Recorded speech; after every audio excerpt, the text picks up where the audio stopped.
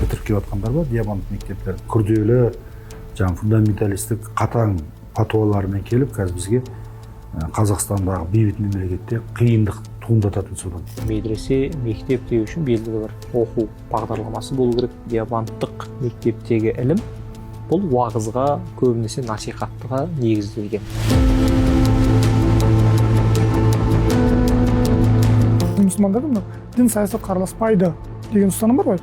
А бұларда ол нәрсе жоқ. Уахабиттік, салафиттік идеологияны джихад мәселесінде пайдаланады. Фанатик болмауға мен шақырамын.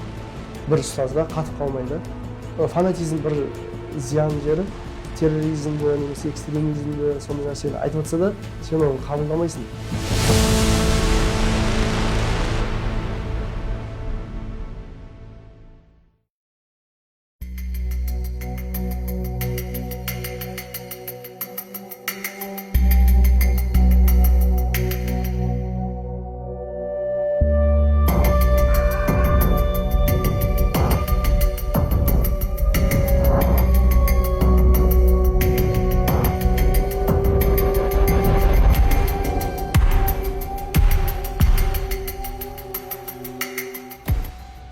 Намаз бастағалы 10 жылдай шамасы болып қалды. Мен намаз бастағалы бері мен ханафи мазхабында, матурид ақидасында болғам.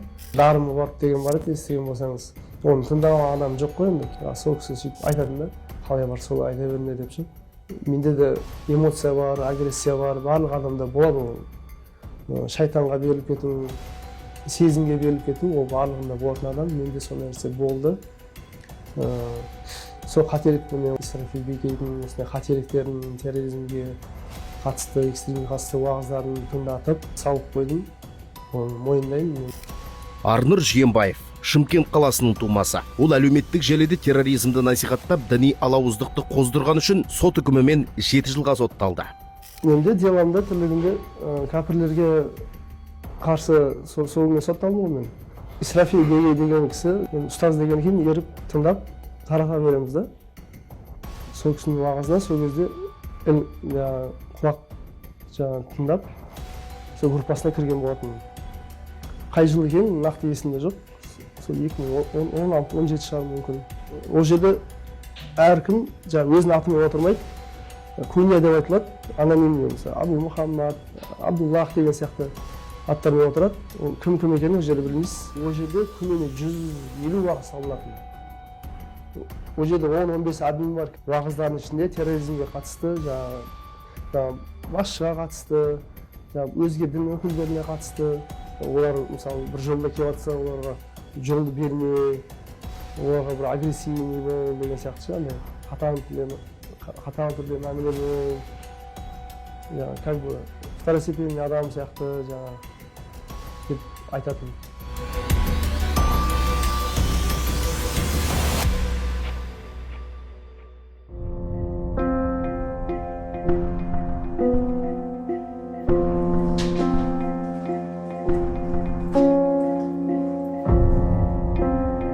Диамант Исрафил Бегейдің келіп, былай істемейсіңдер ма деп, басқа елдің, басқа мәдениетін келіп, бізге тәжірибе берген екен. Біздің имамдарды бірден жаңағы кісілерге дұрыс емес екендігін бетіне айтты. Бірақ ол өзінің шәкірттерінің арасында авторитет болып қойғаннан кейін Исрафил Бегейді бізде бір жөнсіз, ретсіз шығарып жіберді, Қазақстаннан депортация қылды, негізінен мүфтиятқа деген бір ренжулері бар екен байқалады. Неге енді? Ақыр тура жолда болған болса, мүфтияттың бағытында бірден көне салады. Осыдан ақ нені байқау болады, олардың жүректерінде бір фундаменталистік, олардың жүрегінде былайша айтқанда ғайбат, біздің қарапайым тілмен айтқанда өсек мүфтиятқа қарсы бағыт жүргізілгенін анық байқауға болады. Фанатизм бір зиян жері. Ол кісі қате айтып жатса да, немесе адасқан бір нәрсені, терроризмді, немесе экстремизмді, сондай нәрсені айтып жатса да, сен оны қабылдамайсың. Қалай бар солай алып, оралай бересің. Неге? Жақсы көрген адамыңыз саған секунды болады да. Бұл азаматтардың бір адамға байлануының өзі үлкен қауіп. Өйткені сол байланған адам тарапынан қандай да бір бұйрық келетін болса, шәкірттер соны орындайды. Батыс өңірлерде көбінесе қайырымдылық мәселелері, жетім жесірлерге көмек мәселелері, мешіттің ішін тазалау мәселелері, медреселер салу, құрылыс ғимараттарында жаңағы қол ұшын беру, садақа жинау деген сияқты мешіттің айналасындағы шаруаларға өте белсенді. Неге? Өйткені көп имамдар тіпті бұлардан күмәнданбайды да. Неге десеңіз, күмәндануға қажеттілік бірінші ол бізде саяси тұрғыдан айқындалған жоқ. Екінші жағынан олардың жаңағы ханафи көзқарасында болуы, яғни біздің дәстүрлі жамағат, мешіт жамағатымен бірдей намаз оқу, бірдей Құдайға сену платформасының болуы, олар өздеріне күмән тудырмау мақсатында. Қазақстанда мына біздің ұстаным дәстүрлі ислам деп айтамыз. Дәстүрлі ислам дегенде біз нені түсінеміз? Ханафи мазхабы, матуриди ақидасы және ата бабамыздың шариғатқа қарсы болмайтын, қайшы болмайтын дәстүрмен жүру деген мәселені түсінеміз да. Исрафи Бегейдің уағыздарын тыңдасаңыз, ютубтан жалпы қарасаңыз, айырмашылық түсінесіз. Бұлар ханафи мазхабының қатты ұстанған түрі да. Түсініңіз бе? Бұлар жаңағы диабанд деп айтамыз, талибандар деп айтамыз, біздегі жаңағы таблиғтар, жаңадан шыққандар, бұлар ханафи мазхабының қатты ұстанған түрі деп айтамыз. Саяси мәселелерді ол дінге кіргізеді да, айтқанда олар. Бұл нәрсені дінге әкеліп, соған үкім шығарып, соған байланысты өздерінің арасында сол нәрсені талқылайды.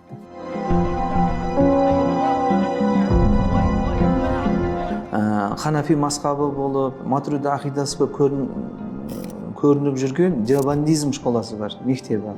Енді ол диабандизм школасы Бангладеш, Үндістан, Пакистанның діни оқу орындарының жемістері.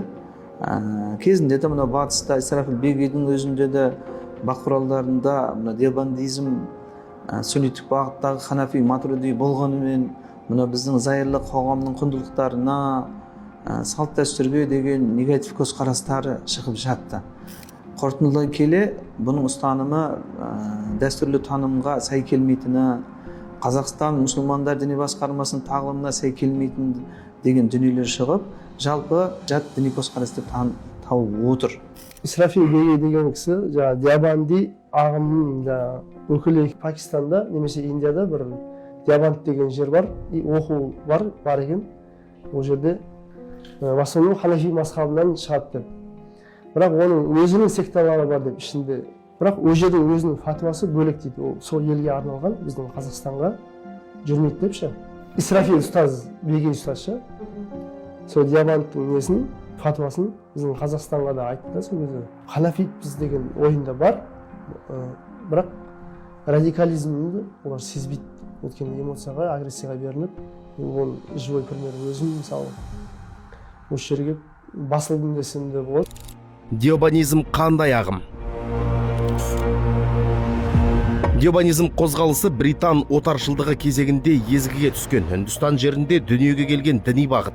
Негізін 1866 жылы үндістандықтар Мұхаммед Қасым Нанауатауи мен Рашид Ахмад Гангохи қалаған. Диабанд мектебінің ілімі өз бастауын Шах Валиуллах әд-Дихлауи сынды реформатордың еңбектерінен алады. Бүгінде Үндістан, Пәкістан, Ауғанстан, Бангладеш және Азия, Африка, Еуропа елдерінде олардың 15 мыңнан аса медресесі мен бірнеше университеті жұмыс істейді.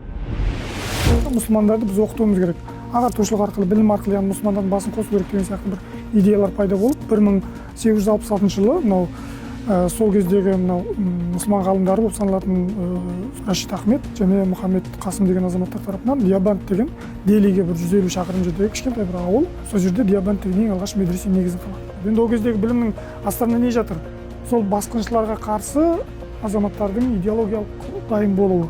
Сондықтан да бұл оқу білім ортасы кейін күшейіп, қазір кейбір мәліметтер бойынша Үндістан, Пакистан территориясында 20 мыңға жуық диабанд эколь дейді, яғни мектеп дейді, сол мектептің медреселері жұмыс жасап жатыр. Сол диабанд мектебінің идеологиялық платформасын құрайтын негізгі жаңағы талибандар деп жатқанымыз, таблиғшылар деп жатқанымыздың барлығы сол. Сәләфилік алғашқы кездегі нәрсені қазіргі қоғамға сай, қоғамды алғашқыға қайтару түсінігі болса, бұл диабандтықтың да негізгі бізден айырмашылығы, енді бұларды ханафиміз дейді ғой. Алғашқы кезде үкімі жойылған, мансұқталған, сол замандарда берілген пәтуаларды қалпында келтіріп, осы заманға сай түсіну. Біз заманға сай, мекенге сай, белгілі бір уақытта пәтуа өзгереді дейміз. Мысалы, Абу Ханифаның заманында сол кезде берілген пәтуа бәрі емес. кейбіреуі дәл қазіргі Қазақстан қоғамына жарамауы мүмкін. Деобанизм ағымының қаупі. Деобанд жолындағылар мәзхабта ханафи жолын ұстанғанымен діни сенімде нақты матуридилік немесе ашғарилік ақиданы ұстанады деп айту қиын. Сонымен қатар деобандтықтар сәләфилік, уахабилік ақиданы да ашық түрде теріс деп санамайды. Олардың көзқарасы қазақтың дәстүрлі дініндегі көптеген құндылықтарға қарсы. Мәселен, мәуліт пен өзге де діни мерекелерді тойламайды. Теледидар көруге, музыка тыңдауға, суретке түсуге қарсы. Дінді саясатқа араластырады, саяси партиялар құрып, белсенді жұмыс істейді.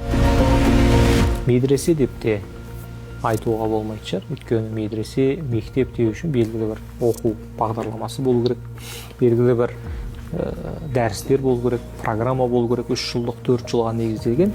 Ал Ауғанстан мен Пәкістанның жанындағы оқытылған деобандтық мектептегі ілім бұл уағызға, көбінесе насихаттыға негізделген.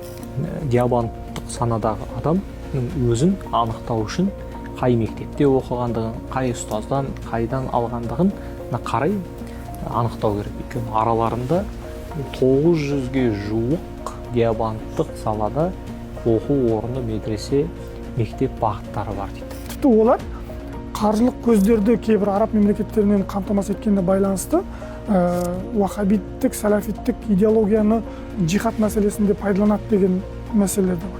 Кейбір батыс ақпарат құралдарында шыққан кейбір статьяларды қарап отырсаңыз, ханафилердің ішіндегі такфирилер деген сияқты бір анықтама береді.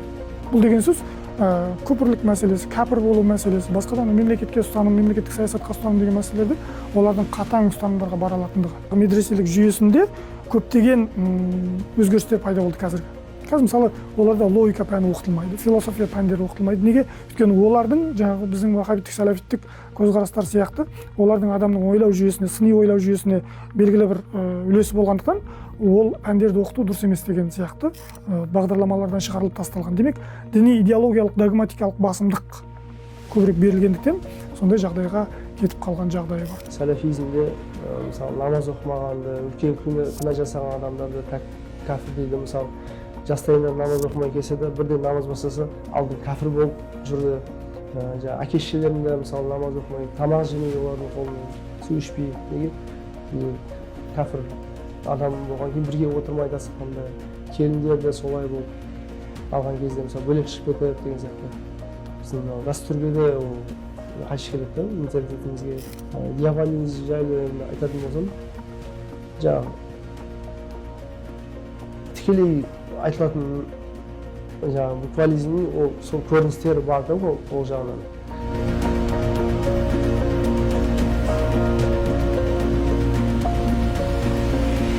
Ұстап отқан мазхабтары ханафи, пікірлері, ақидалары сәләфи, жаңағы ғұрыптардың бәрі соғыстың ішінде жүр, салт-дәстүрдің бәрі соғыстың жүр. Сырттан келіп, бізге өзіміздің азаматтарымызды сенімсіздікпен қалуды үйретіп қойды. Бұның өзі қауіп төндіретін дүние да. Өздерінің күрделі, фундаменталистік қатаң фатуаларымен келіп, қазір бізге Қазақстандағы бейбіт мемлекетте қиындық туындататын содан.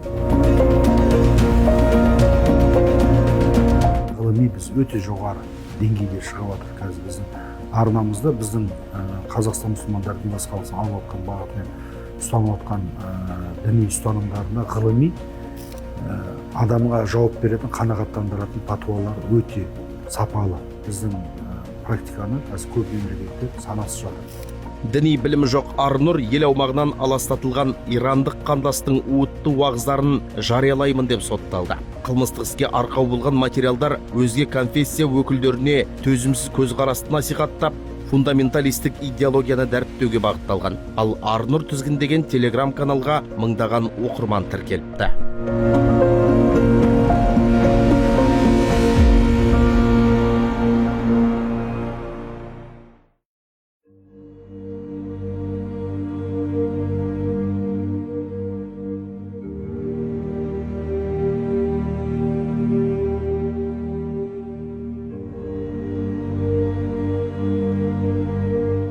Әркім өзінің ішіндегі күнәсін біледі ғой негізі.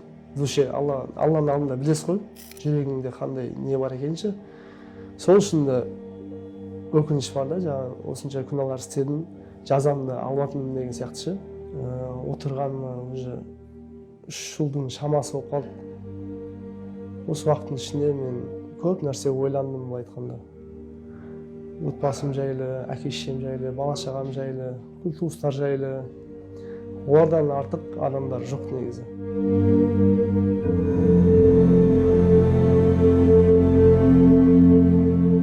Анамды көрген кезде танымай қалдым да, іштей бір жылап, күліп, барлықтарынан кешірім сұраймын.